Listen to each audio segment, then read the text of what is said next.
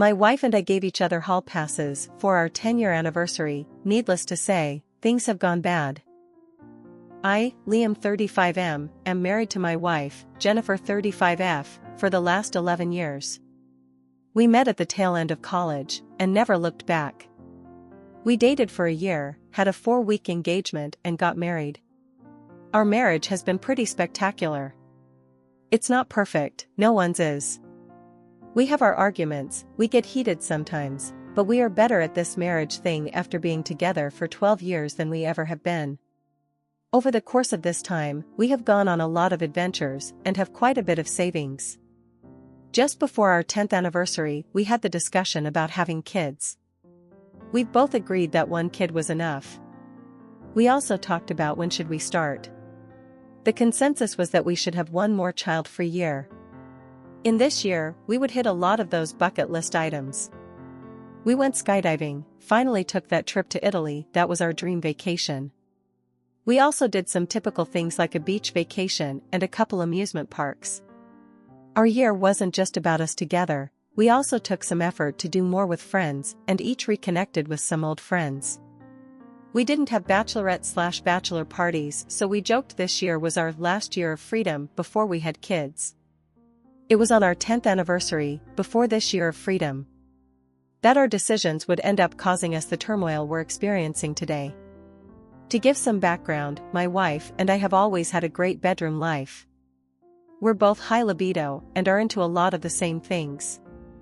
We are both aware that we each had a very active past prior to getting together. Nothing crazy, we each just had around a dozen partners prior to getting together and we each had some special experiences back in college. Since getting together though, it's been 100% just us. We planned a big day of activities for our 10th anniversary and had a lot of fun. It culminated in a fancy dinner and getting a suite at a nearby nice hotel. During dinner, my wife started asking me questions because she wanted to reminisce about our years together. This was really fun actually, and we had a long deep conversation about a lot of our favorite memories. Then my wife asked me, "What's something you miss about being single?" I replied, "Don't get mad at me but, one-night stands." She laughed, which made me feel better, and said, "Yeah, I kind of do too." This got the ball going on us talking about what we liked about an ONS, and reliving our first night together. Our relationship started as a post-party hookup. That's when I said, "Well, we've got all these plans for this year coming up, do you want to add a 1-night hall pass on the list?" My wife looked intrigued, she said, "Maybe, you don't think that's too much? We've never done anything like that." I kept going, "I don't think so, we can talk about it more this week and then decide." She agreed and we enjoyed the rest of our night. We talked more about the hall pass idea later in the week. We ultimately decided to do this. We had 1 year to use it, as we had agreed on our 11th anniversary Jennifer would be going off birth control. There were ground rules, it was to be a 1-night only pass-off marriage with someone not in our lives. Be safe and smart. Must tell the other when you are using the pass. It can be in the moment like a chance meeting, but a text heads up at minimum was a must. Over this past year, we did all the adventures we planned. I got on the apps and put myself out there looking for a single ONS. It took a few months, but I lucked out and met an attractive 30-years-old woman. Her and her husband were opening their marriage. She wasn't sure what she was wanting out of their arrangement yet, and thought just having a quick one-nighter would be a way to get her feet wet and figure herself out. I was like the perfect candidate as 1 night was all I was offering. We met, it was a fun and exciting night.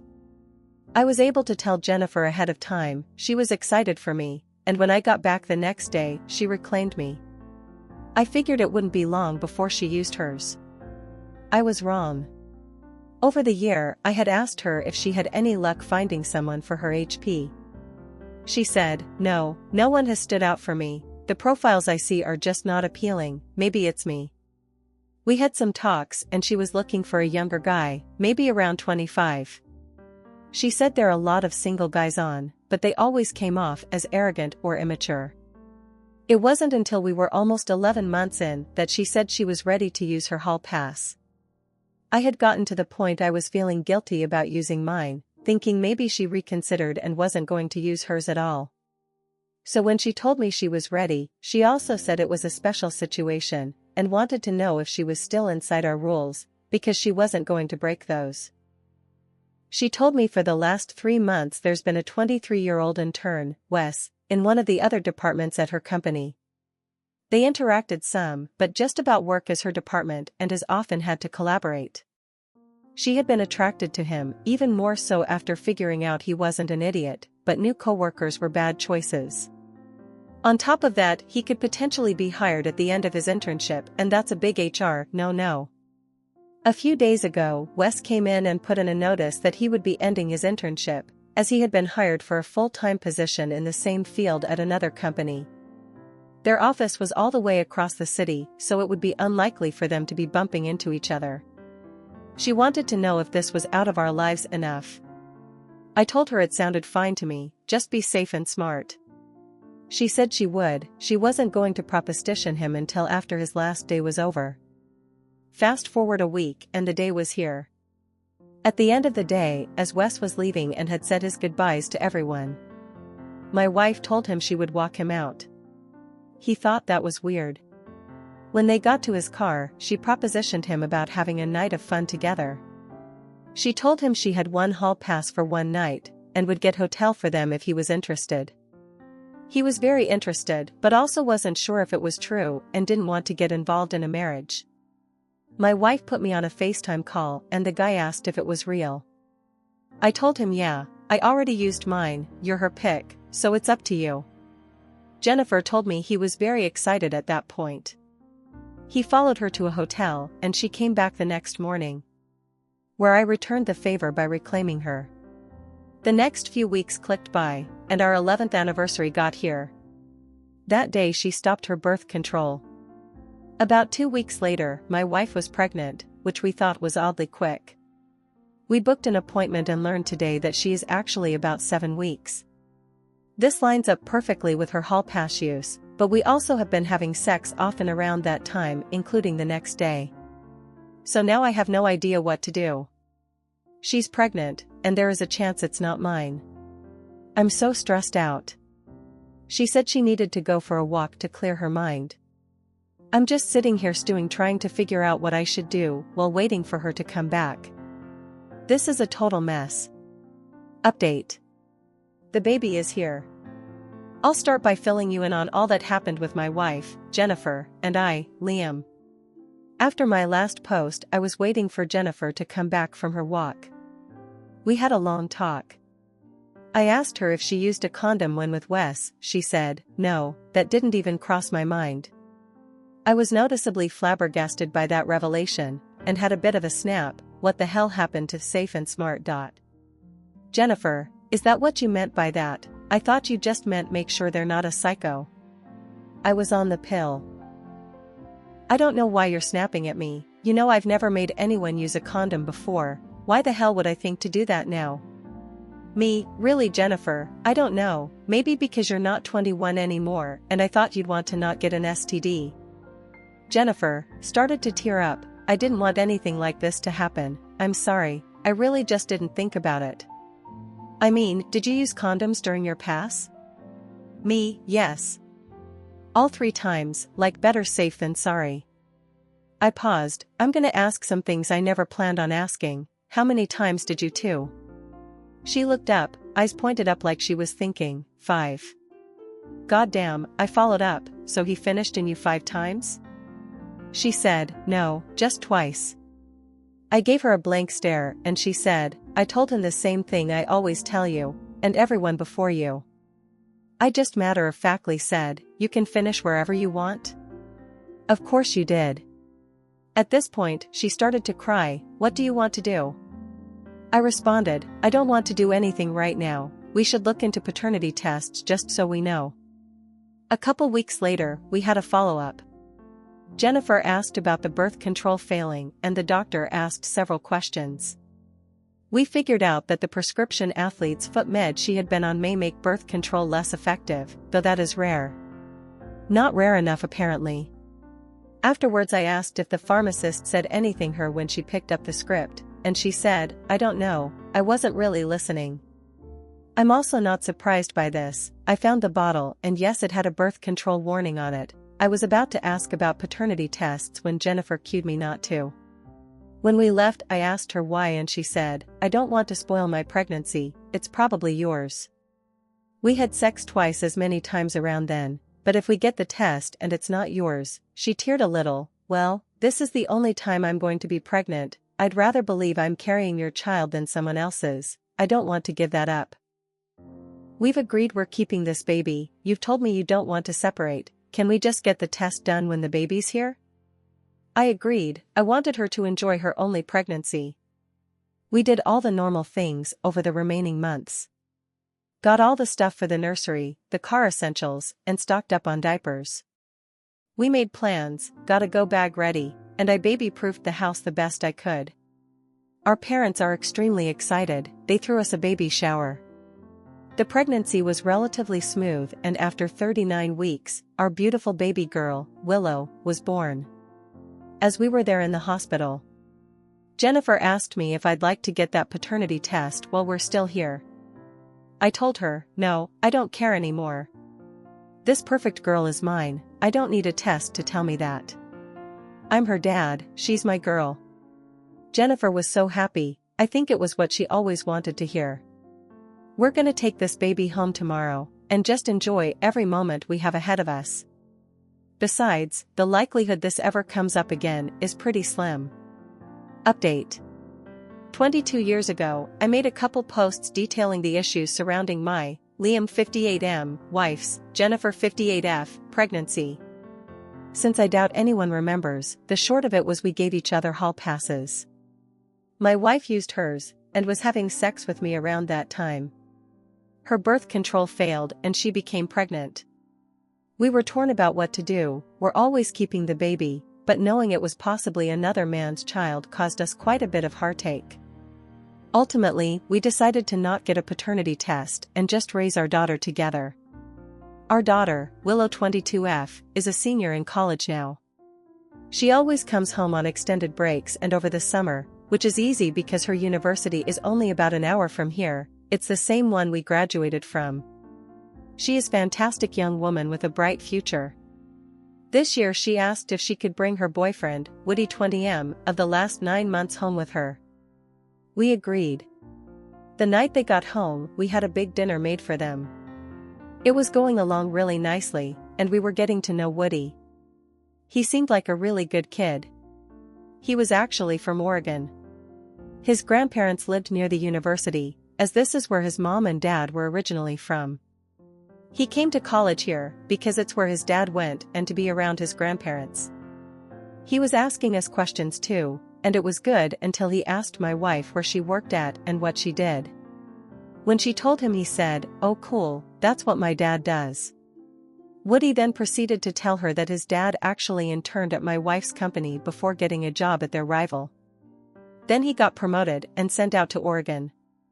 I watched as my wife got noticeably alert during this conversation, and then it hit me like a truck.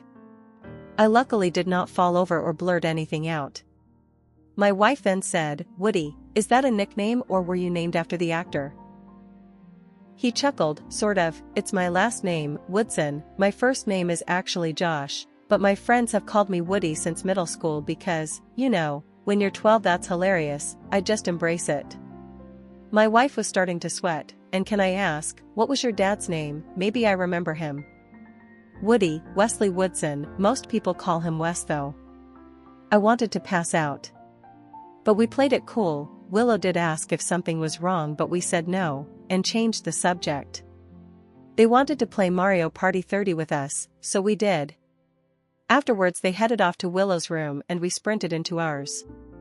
"What the fuck?" I exclaimed. "Jennifer, I know, what are the odds of that, of all the people in the world she could meet and fall for, oh my god, she might be fucking her brother." Me refusing to pull my head from the sand. "Are you sure? They might not be doing that yet." My wife looked at me, seriously. She tells me everything. "I normally shelter you from this, because you can't handle it, but we're gonna have to grow up to get through this. She's just like we were in college. They've been doing it since the first date, he's far from her first. I need you to quickly come to terms with this. I am actively pretending I didn't hear anything she said, my head is going back in the sand when this is over. We realized, we can't just demand she breaks up with him. She will absolutely question that. Also, we know she really likes him, maybe in love with him. She's getting towards the end of college and that's when life decisions get made, we can't just sit here and hope the relationship runs its course. Now we have to make decisions. We realize we need to get that paternity test. This will also raise questions. So we have to talk to Willow, and tell her the reality of the situation, because she is a strong-willed person and is not going to just go along with anything without answers. We talked her into sending Woody on to his grandparents a half-day early. It was an awkward day and half for us, but we did our best to not let them notice. Then we told her the whole deal, as discreetly and non-traumatizing as possible, about the hall passes, and Wes, and our decision to not get a paternity test. Willow looked like she wanted to throw up. She was so mad and disgusted. I can't blame her.